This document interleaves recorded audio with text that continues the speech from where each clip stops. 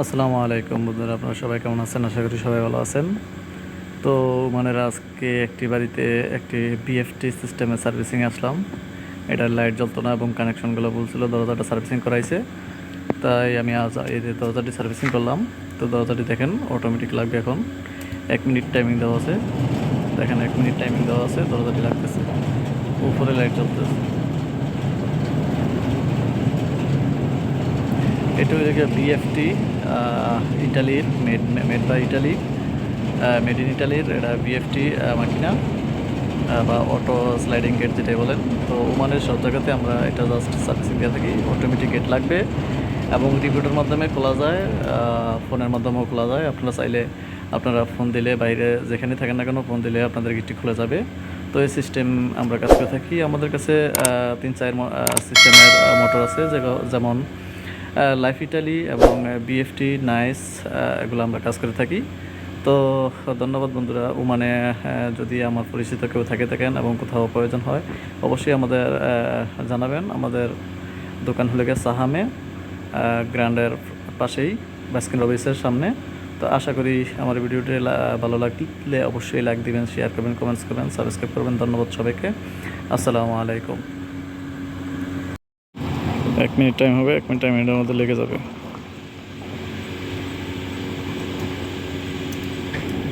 মিনিটের মধ্যে লেগে যাচ্ছে।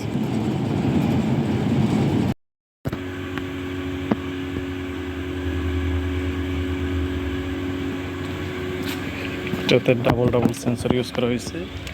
এখানে ভিতরে একটা সেন্সর বাড়িতে কাজ করাইছে, তাই একটু জাস্ট উপরে রং লেগে গেছে। এখানে আজকে সার্ভিসিং করলাম। মোটরটা খুবই পুরানো এবং 5-6 বছর ধরে চলতেছে।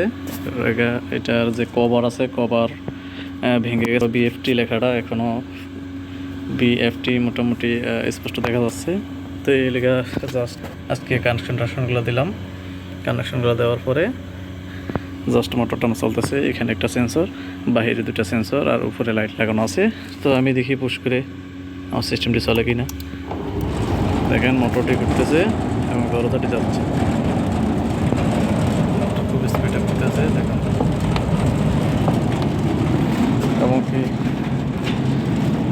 এমনকি লাইটও কাজ করতেছে। দেখেন